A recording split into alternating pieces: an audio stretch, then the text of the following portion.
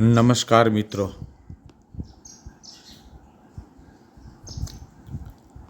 આજના લેક્ચરમાં આપણે સામાજિક વિજ્ઞાન વિષય ધોરણ 10ની અંદર જે ભારતનો સાંસ્કૃતિક વારસો હસ્ત અને લલિત કલા વિશેની માહિતી છે તેમાં આપણે જૈવિક વારસો, ભૌતિક અને સાંસ્કૃતિક વારસો કોને કહેવાય, ત્યાર પછી ભારતની મુખ્ય હસ્તકલા કારીગરી કઈ કઈ હતી અને છેલ્લે માટીકામ કલાનો વિગતવાર પરિચય. આટલી માહિતી આમાં આપણે જોવાની છે. મિત્રો, આગામી પરીક્ષાઓમાં સ્કૂલની સ્થાનિક પરીક્ષા હોય કે પછી એકમ કસોટી કે બોર્ડની જાહેર પરીક્ષા, એમાં તમને આમાંથી ઉપયોગી સાહિત્ય મળી રહેશે. તો હવે આગળ ચર્ચા કરીએ. જૈવિક, ભૌતિક અને સાંસ્કૃતિક વારસો કોને કહેવાય? આ ચાર્ટમાં મિત્રો ઉપર આપેલું જ છે. એમાં પહેલું છે જૈવિક વારસો. બાળકના જન્મથી માતા પિતા તરફથી જે કાંઈ શારીરિક માનસિક લક્ષણો મળે તેને જૈવિક વારસો કહેવાય છે. પછી ભૌતિક વારસો, ઘર-બાર, જમીન જાગીર કે સ્થાવર જંગમ મિલકતને ભૌતિક વારસો કહેવામાં આવે છે. પછી સાંસ્કૃતિક વારસો, માનવીએ પોતાની બુદ્ધિશક્તિ, આવડત, કલા કૌશલ્ય વગેરે દ્વારા જે કાંઈ મેળવ્યું કે સર્જ્યું તેને સાંસ્કૃતિક વારસો કહેવામાં આવે છે. જો આમાં બુદ્ધિશક્તિ, આવડત અને કલા કૌશલ્ય 3 બાબત આપી છે. એટલે એના દ્વારા જે કાંઈ નવું સર્જન કર્યું, દાખલા તરીકે અમુક સાંસ્કૃતિક સ્થળો છે, તમે જુઓ, બરોબર છે. પછી આપણું જે સાહિત્ય છે, આનું જે સર્જન કર્યું એ બધું આપણે સાંસ્કૃતિક વારસામાં ગણીશું. એમાં બુદ્ધિશક્તિને, આવડત અને કલા કૌશલ્યનો ઉપયોગ થયો. માટીકામ કલા છે એ કલા કૌશલ્ય થયું. એમાંથી અલગ અલગ પ્રકારના માટીના રમકડા બનાવવા, માટીના વાસણો બનાવવા, બરોબર. પછી પથ્થરને કોતરકામ કરી એમાં અલગ અલગ ઘાટ આપવો, મૂર્તિઓ બનાવવી, આ બધું બુદ્ધિશક્તિ, આવડત અને કલા કૌશલ્ય.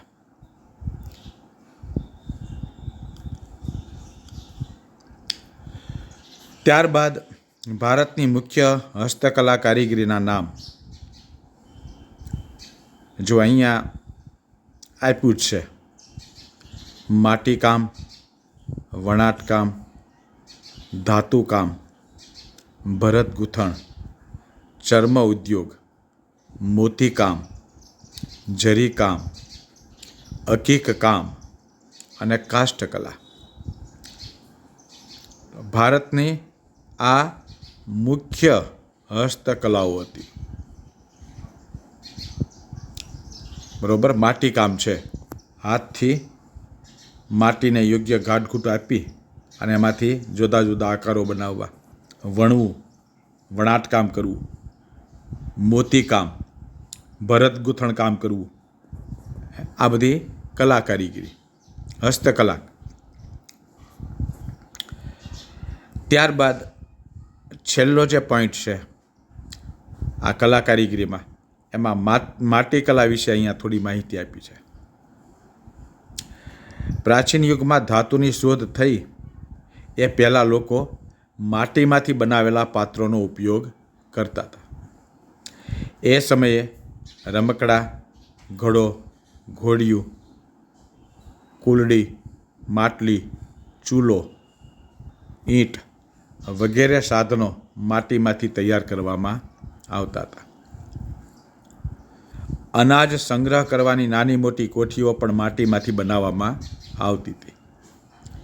ઘી, તેલ, દૂધ, દહીં, છાશ વગેરેના પાત્રો તેમજ રસોઈના વાસણો માટીમાંથી બનાવવામાં આવતા. ગામડાના બધા જ ઘરોની દિવાલો માટી અને છાણનું મિશ્રણ કરીને લીપવામાં આવતી હતી. ભારત પ્રાચીન સમયથી કાચી અને પકવેલી માટીના વાસણો તેમજ વસ્તુઓ બનાવવા માટે જાણીતું છે.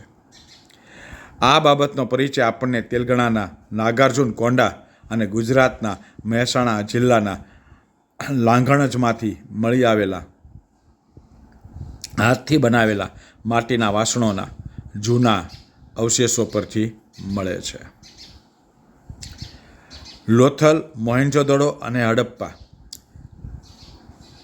સંસ્કૃતિના અવશેષોમાંથી માટીમાંથી બનાવેલા લાલ રંગના પવાલા, બરણી, રકાબી આ બધું આપણને મળી આવ્યું છે. કુંભારનો ચાકડો માટીકામ માટેનું પ્રાચીન ભારતનું પ્રથમ યંત્ર મનાય છે. મિત્રો, એ જે પોઈન્ટ આપ્યો છે આ પરીક્ષામાં પણ ઉપયોગી છે. પ્રાચીન ભારતનું પ્રથમ યંત્ર તેમાં કુંભારનો ચાકડો આવશે. તો આ થઈ માટીકામ કલા. આમાં દરેક કલાનો આપણે ટૂંકો પરિચય મેળવતા જઈશું. તો આમ માનવીએ પોતાની બુદ્ધિ, શક્તિ, આવડત અને કલા કૌશલ્ય દ્વારા આ બધું મેળવ્યું, સર્જન કર્યું, એને આપણે સાંસ્કૃતિક વારસો કહીએ છીએ. તો અહીંયા આ મુદ્દો આપણે પૂર્ણ કરીએ છીએ. ધન્યવાદ. 2-3 વખત આ મુદ્દો જોઈ જજો. પેલું તમે સતત ને સતત આનું મૂલ્યાંકન કરતા રહેશો એટલે તમને યાદ રહી જશે. ધન્યવાદ.